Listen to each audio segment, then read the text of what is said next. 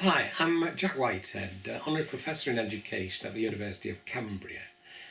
And I've been asked if I would just speak for a couple of minutes on an idea I generated in the 1980s called living theory.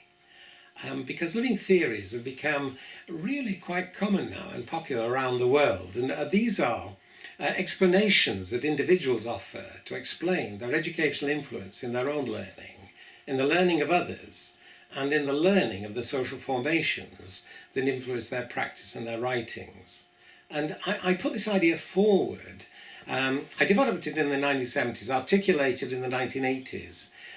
as a kind of a rebuttal, really, of the dominant kind of educational theory that at the time was constituted by the disciplines of education, like the philosophy, the psychology, sociology, and history of education, where explanations for the influence of an individual were derived from these abstract generalizations in these theories from the disciplines of education.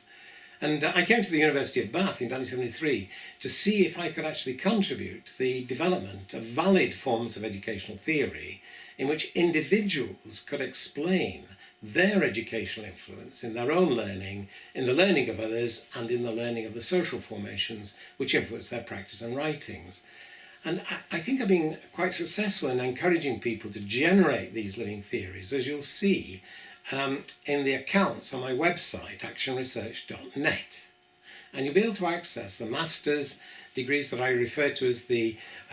embodied knowledge of master educators, and you'll be able to see the living theory doctorates of people that I designate as doctor educators. And I do hope you will access the resources on actionresearch.net and perhaps submit your own living educational theory to the Educational Journal of Living Theories, which is a multimedia journal that enables you to explain your own influence, grounded in your embodied values that you make public and clarify in the course of their emergence in practice. And you'll see that I use educational theory with capital letters to mean the general concepts that distinguish the field of educational theory,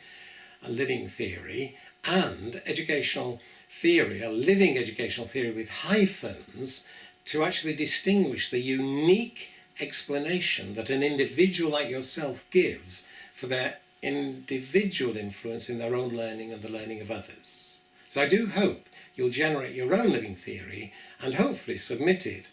for the Educational Journal of Living Theories.